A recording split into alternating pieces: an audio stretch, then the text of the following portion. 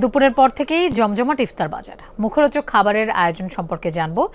আমাদের সহকর্মী রেদওয়ান আহমেদ আমাদের সাথে যোগ দিচ্ছেন। গুলশান ২ এলাকায় আছেন তিনি।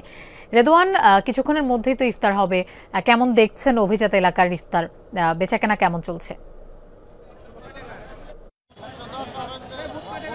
লোপা, গত ঘন্টার সংবাদে যেমনটি জানাচ্ছিলাম যে গুলশানের এই অভিজাত এলাকাগুলোতে ৫ তারকা হোটেলে যেমন ইফতারের পসরা বসছে, সেই সাথে কিন্তু এই ফুটপাত ঘিরেও কিন্তু ইফতারের বেশ জমজমাট আয়োজন দেখা যায়। এখানে এর আগের থেকে কিন্তু ভিড় বেশ খানিকটা বেড়েছে, সেই সাথে কেনাবেচাও বেড়েছে। ইফতারের যে স্বাভাবিক যে আয়োজন, আসলে বুট বড়া, বেগুনি, পেঁয়াজু, সেগুলোই কিন্তু এখানে পাওয়া যাচ্ছে। এবং সেই সাথে ক্রেতারা বলছেন মূলত এই এলাকায় যারা আসলে দিনমজুর খেটে খাওয়া মানুষ, তারাই কিন্তু এই ইফতার বাজারে আসেন এবং ইফতারের তাদের প্রয়োজনীয় কেনাকাটা এখানে করেন।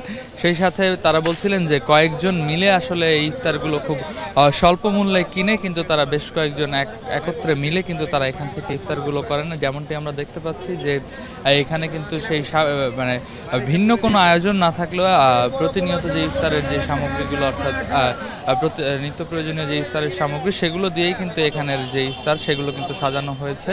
সেই সাথে আমরা দেখতে পাচ্ছি যে একপাশে যে ফলের দোকানগুলো, সেইখানেও কিন্তু এই ফলের দোকানগুলোতেও কিন্তু ক্রেতাদের এই পুরো ইফতার বাজার জুড়েই কিন্তু ক্রেতাদের যে জমজমাট আয়োজন সেইটা কিন্তু দেখা যাচ্ছে। আমরা যদি দেখাতে চাই যে এই রাজধানীর এই গুলশানের যে ২ নম্বরের ইফতারের বাজার, ঠিক ইফতারের আগ মুহূর্ত থেকেই কিন্তু এই বাজারটি ইতিমধ্যেই বেশ জমজমাট হয়ে উঠেছে। লোপা, রেদওয়ান, আপনাকে ধন্যবাদ আমাদের সাথে যোগ দেওয়ার জন্য।